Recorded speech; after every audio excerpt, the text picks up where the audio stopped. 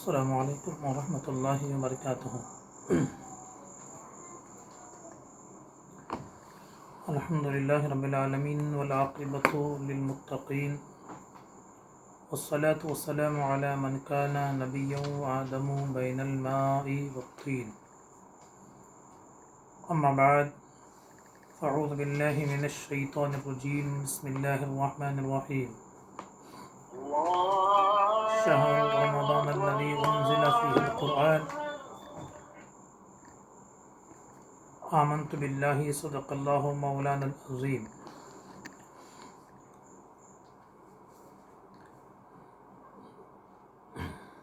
درس قرآن گر ہم نے نہ بھلایا ہوتا، درس قرآن گر ہم نے نہ بھلایا ہوتا، یہ زمانہ نہ زمانے نے دکھایا ہوتا۔ وہ معزز تھے زمانے میں مسلمان ہو کر، وہ معزز تھے زمانے میں مسلمان ہو کر، اور ہم خوار ہوئے تارک قرآن ہو کر۔ اللہ رب العزت تاجدار عرب و عجم، سیاح لامکاں، صاحب قرآن جناب محمد رسول اللہ صلی اللہ علیہ وسلم کے وسیلے سے ہم سب کی مغفرت فرمائے۔ رمضان المبارک میں جو بھی ٹوٹی پھوٹی چھوٹی بڑی عبادتیں ہم لوگوں سے ہو رہی ہیں، اللہ اپنے حبیب صلی اللہ علیہ وسلم کی صدق الطفیل ہماری عبادتوں کو شرف قبولیت عطا فرمائے۔ رمضان کا پہلا عشرہ رحمت کا ہے جو ختم ہوا، اب دوسرے عشرے میں ہم اور آپ داخل ہو رہے ہیں۔ دوسرا عشرہ توبہ کا عشرہ ہے، مغفرت کا عشرہ ہے، اپنے گناہوں کو یاد کر کے گڑ گڑانے کا عشرہ اور گڑ گڑانے کی یہ دن ہے۔ ہم سب گناہ گار ہیں، ہم میں سے کوئی بھی ایسا نہیں جسے توبہ کی ضرورت نہ ہو۔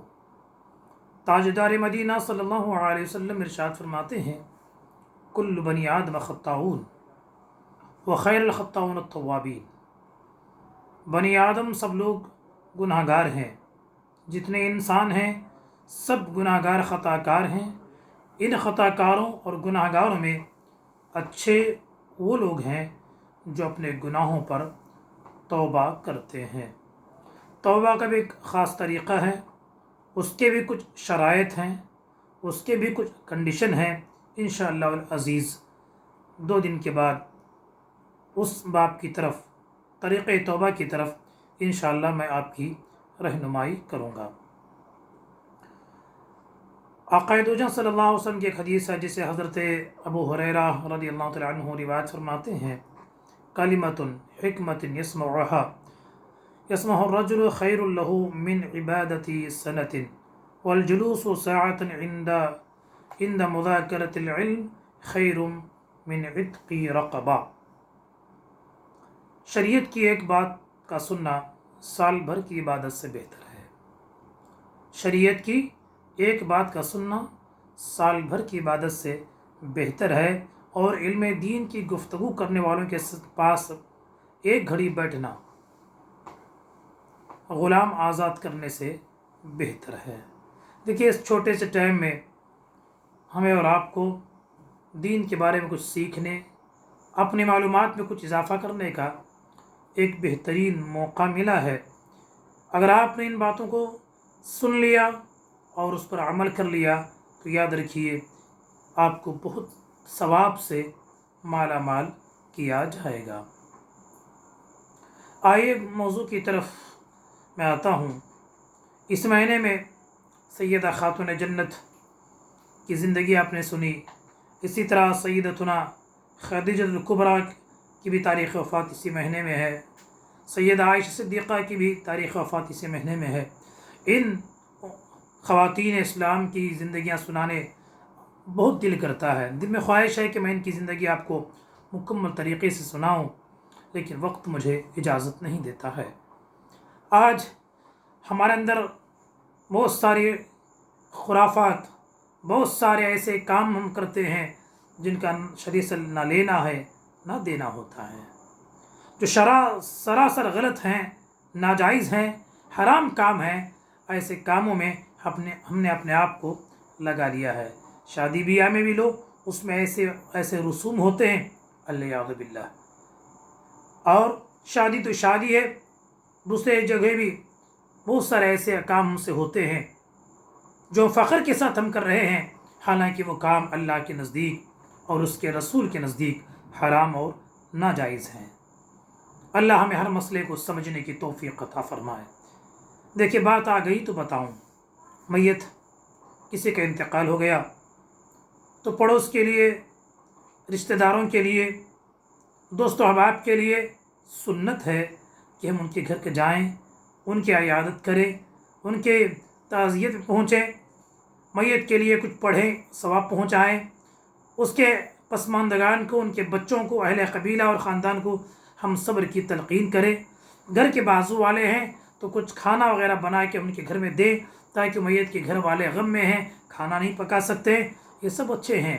لیکن دیکھیے، آج بہت سارے ایسی جگہ میں نے دیکھا ہے، الحمدللہ کیرل میں اور اس کے اطراف و اکناف میں بہت اچھے منظر دیکھنے کو ملتے ہیں۔ اگر کسی کے گھر میں عورت کا انتقال ہوتا ہے تو کوئی بھی غیر محرم اسے دیکھنے قریب نہیں جاتا ہے۔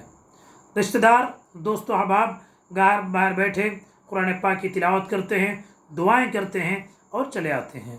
لیکن بعض علاقے ہم نے اپنے علاقوں میں دیکھا ہے، غیر محرم عورتوں کی میتیں بڑا گھر کے صحن میں نے، جسے ہم لیونگ ہال بولتے ہیں، وہاں رکھتے ہیں۔ سب لوگ غیر محرم بھی آ کے میت کو دیکھتے ہیں اور اس کے ساتھ میت کے بچیاں، تو غم تو ہوتا ہے، ہونا بھی چاہیے۔ ان کا وائلہ کرنا، ان کا چلانا، ان کے بے پردگی سے بھی کیا کہتے ہیں، لوگ اسے دیکھتے رہتے ہیں۔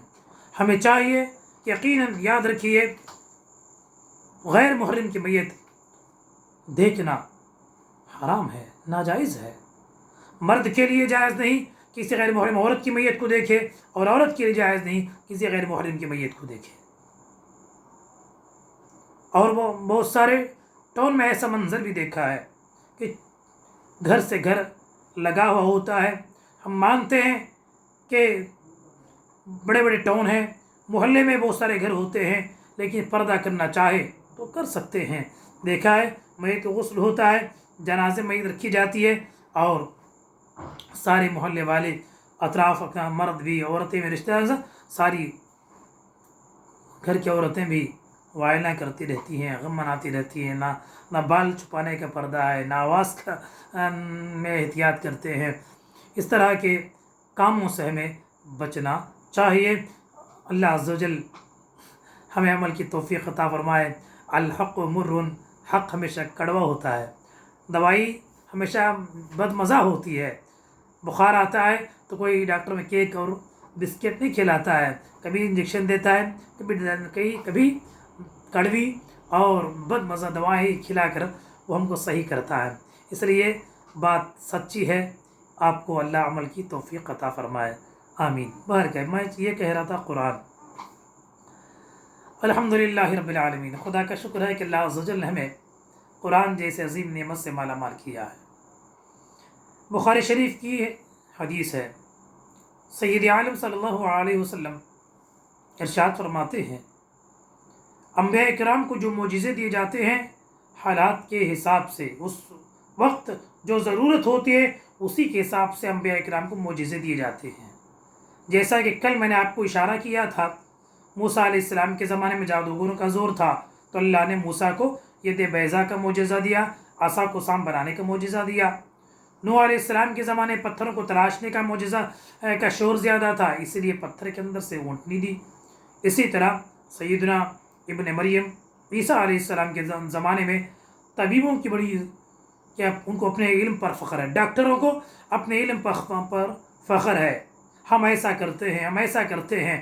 ایسے دور میں اللہ عز و جل سیدنا ابن مریم علیہ السلام کو معجزہ عطا فرمایا۔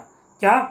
قرآن پاک میں خود رب ارشاد فرماتا ہے، عیسیٰ علیہ السلام کہتے ہیں، مجھے رب نے یہ قوت دی ہے، یہ طاقت دی ہے کہ میں مردے کو زندہ کرتا ہوں۔ عیسیٰ علیہ السلام کہتے ہیں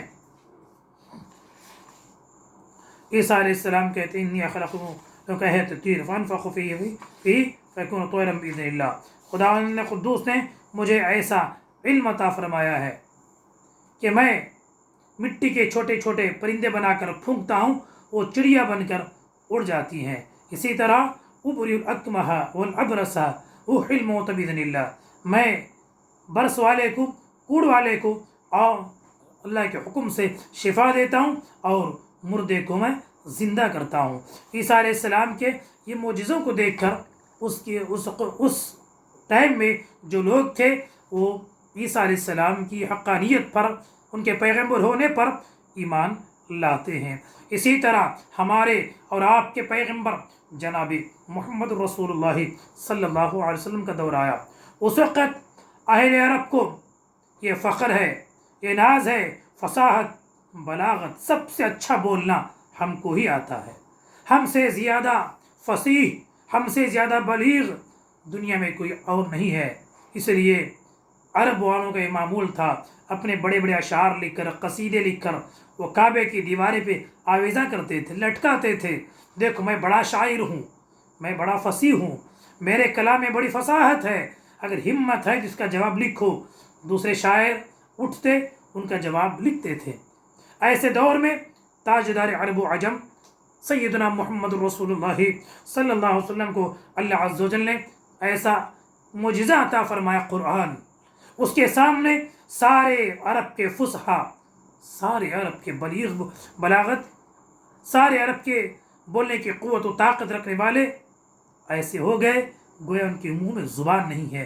جیسا کہ کل میں نے سیدی اعلیٰ حضرت امام اہل سنت کا کلام سنایا تھا، تیرے آگے یوں ہیں دبے لچے، تیرے آگے یوں ہیں دبے لچے، فصحا عرب کے بڑے بڑے، نہ کوئی جان منہ میں زبان نہیں بلکہ جسم میں جا نہیں۔ سیدنا محمد رسول اللہ صلی اللہ علیہ وسلم جب قرآن لے کے آئے، جو پہلے قرآن کو بھی دیکھ کر انہوں نے یہی کہا کہ یہ قرآن تو ہم بھی بنا سکتے ہیں، یہ قرآن تو ہم بھی بنا سکتے ہیں۔ اس لیے قرآن نے سب سے پہلے ان کو چیلنج کیا کہ ٹھیک ہے بنا سکتے ہو تو قرآن جیسی کتاب بنا کے دکھاؤ، قرآن جیسی کتاب لا کے دکھاؤ۔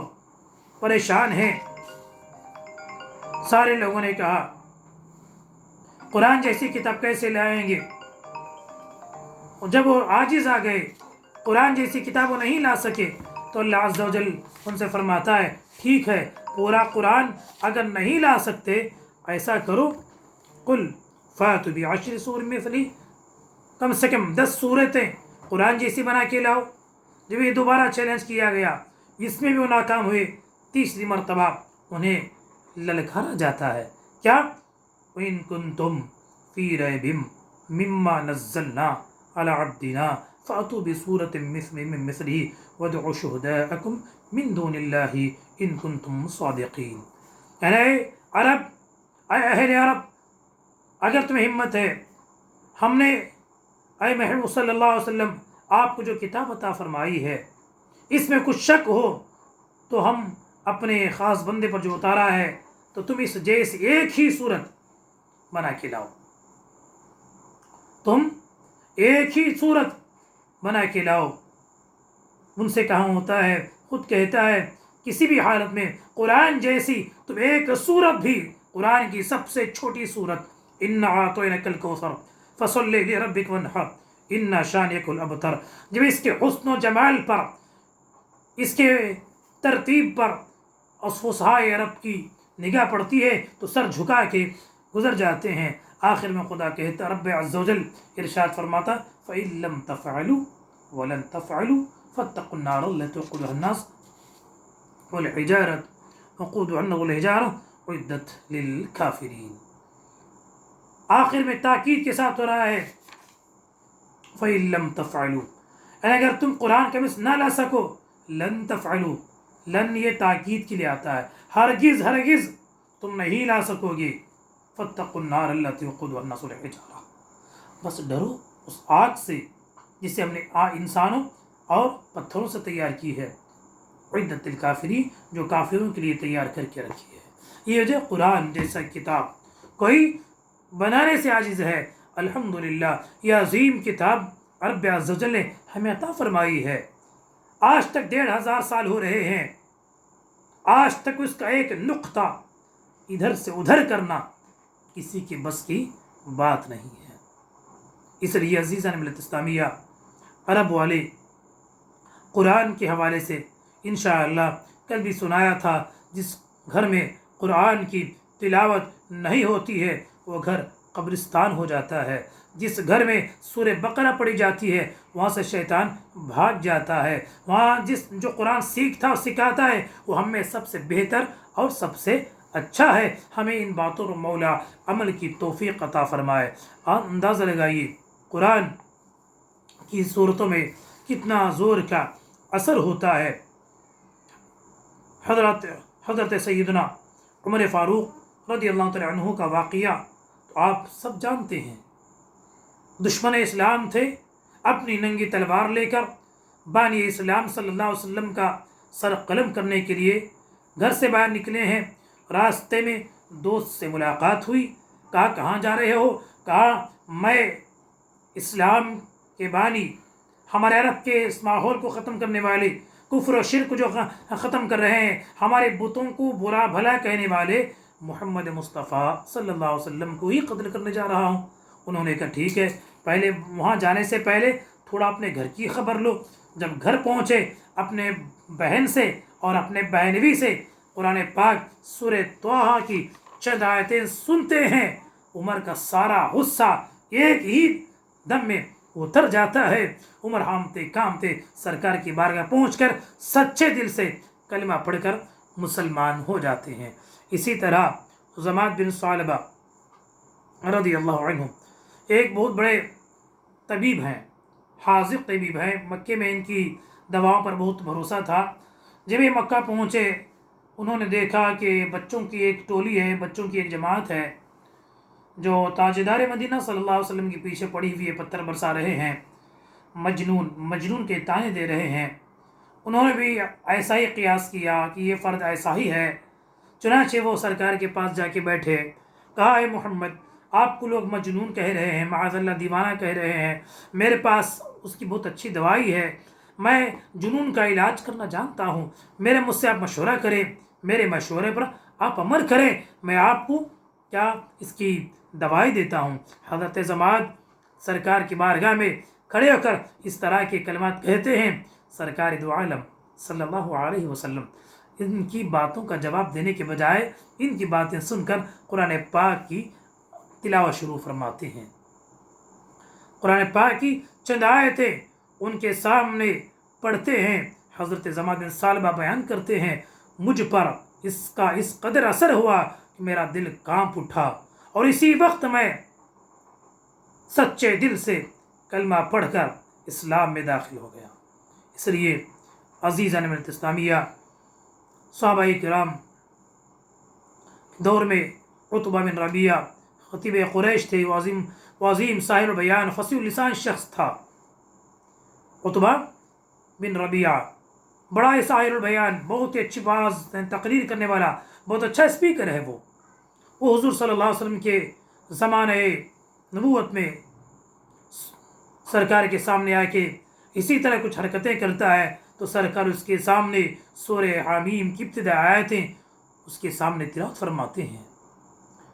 اس سے نے سنی تو خوف و دہشت سے اچھل پڑا، گھبراہٹ کے عالم قریش کے صنادید کے پاس آیا اور کہنے لگا، اپنے بڑوں کے پاس جا کے کہتا ہے، اے اہل قریش، محمد رسول اللہ جو کچھ پڑھتے ہیں وہ جادو نہیں ہے، وہ شاعر نہیں ہے، وہ شعر نہیں ہے، یقیناً خدا کی قسم وہ اللہ کا کلام ہے۔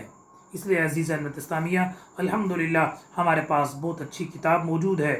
اس لیے آپ سب کو چاہیے کہ اس کی تلاوت کریں۔ ہماری زندگی کا ہر مسئلہ اس میں موجود ہے۔ ನನ್ನ ಟೈಮ್ ಮುಗಿತಾ ಬರ್ತಾ ಇದೆ. ಕುರಾನಿನ ಮಹತ್ವ ಅಂದರೆ ಹೇಳಿ ಮುಗಿಸಲಿಕ್ಕೆ ಸಾಧ್ಯವಿಲ್ಲ. ಇನ್ನ ನಹ್ನು ನಜ್ಜಲ್ನ ذکر ಇನ್ನ ಲಹು ಲحافظون. ہم نے قرآن نازل کیا ہے، ہم ہی اس کی حفاظت کرتے ہیں. ನಾವು قرآن ನಾಜಿಲ್ ಮಾಡಿದ್ದೇವೆ, ಇದರ ಹಿಫಾಜತ್ ಕೂಡ ನಾವು ಮಾಡ್ತೇವೆ ಅಂತ. ಇವತ್ತುವರೆಗೆ ಕುರಾನಿನ ಒಂದು ನುಕ್ತ, ಒಂದು ಪುಳ್ಳಿ, ಒಂದು ಫತಹ, ಒಂದು ಕಸರ ಯಾರಿಗೂ ಕೂಡ ಆಚೆ ಈಚೆ ಮಾಡಲಿಕ್ಕೆ ಸಾಧ್ಯವಾಗಲಿಲ್ಲ, ಅದು ಸಾಧ್ಯ ಆಗುವುದೂ ಇಲ್ಲ. ಕಯಾಮತ್ ದಿನ ತನಕ ಯಾವ ರೂಪದಲ್ಲಿ ಅದು ನಾಜಿಲಾಗಿದೆ ಅದೇ ರೂಪದಲ್ಲಿ ಅದು ಕುರಾನ್ ಯಾವುದಿರುತ್ತದೆ. ತುಂಬ ಉರ್ದುವಿನಲ್ಲಿ ತುಂಬ ಹದೀಸ್ಗಳು ನಾನು ಹೇಳಿದ್ದೇನೆ. ಅಲ್ಲಾಹ್ ಸುಬ್ಹಾನಹು ತಆಲಾ ನಮ್ಮೆಲ್ಲರಿಗೆ ಹೆಚ್ಚಾಗಿ ಕುರಾನ್ ಓದಲಿಕ್ಕೆ ತೌಫೀಕನ್ನು ನೀಡಲಿ. ಒಂದೊಂದು ಆಯತ್ ಹದೀಸಲ್ಲಿದೆ, ಅಲಿಫ್ ಲಾಮ್ ಮೀಮ್, ಮುಹಮ್ಮದ್ ರಸೂಲುಲ್ಲಾಹ್ ಸಲ್ಲಲ್ಲಾಹು ಅಲೈಹಿ ವಸಲ್ಲಂ ಹೇಳ್ತಾ ಇದ್ದಾರೆ, ಈ ಅಲಿಫ್ ಲಾಮ್ ಮೀಮ್ ಇದು ಒಂದು ಲಫ್ಜ್ ಅಲ್ಲ, ಅಲಿಫ್ ಬೇರೆ, ಲಾಮ್ ಬೇರೆ, ಮೀಮ್ ಬೇರೆ. ಈ ಅಲಿಫ್ ಲಾಮ್ ಮೀಮ್ ನಾವು ಕುರಾನ್ ಓದಿದರೆ 30 ಪುಣ್ಯಗಳು ನಮಗೆ ಸಿಗ್ತದೆ. ಒಂದು ಲಫ್ಜಿಗೆ ಅಲಿಫ್ 10 ಪುಣ್ಯ ನೇಕಿ ಹಸನಾತ್ಗಳು, ಲಾಮ್ ಇದು ಇದರಿಗೆ 10 ಹಸನಾತ್ಗಳು, ಹಾಗೆ ಮೀಮ್ ಇದು ಇದರಿಂದ 10 ಹಸನಾತ್ಗಳು ನಮಗೆ ಸಿಗ್ತಾ ಇದೆ. ನಾವು ಕುರಾನ್ ಇನ್ಶಾ ಅಲ್ಲಾಹುಲ್ ಅಜೀಜ್ ನಾವು ತಪ್ಪದೆ ಕುರಾನ್ ಪಾರಾಯಣ ಮಾಡಬೇಕು. ಸಯ್ಯಿದನಾ ಮುಹಮ್ಮದ್ ರಸೂಲುಲ್ಲಾಹ್ ಸಲ್ಲಲ್ಲಾಹು ಅಲೈಹಿ ವಸಲ್ಲಂ ಹೇಳ್ತಾ ಇದೆ, ಇಖ್ಲಾಸ್ ಅದು 3ನೇ ಒಂದು ಭಾಗವಾಗಿದೆ. ಸೂರತುಲ್ ಇಖ್ಲಾಸ್ ಕುಲ್ ಹುವಲ್ಲಾಹು ಅಹದ್ ಅನ್ನೋ ಕುರಾನಿನ 3ನೇ ಒಂದು ಭಾಗವಾಗಿದೆ. 3 ಬಾರಿ ಇಖ್ಲಾಸ್ ಓದಿದರೆ 1 ಬಾರಿ ಕುರಾನ್ ಓದುವ ಸವಾಬ್ ನಮಗೆಲ್ಲರಿಗೂ ಸಿಗ್ತಾ ಇದೆ.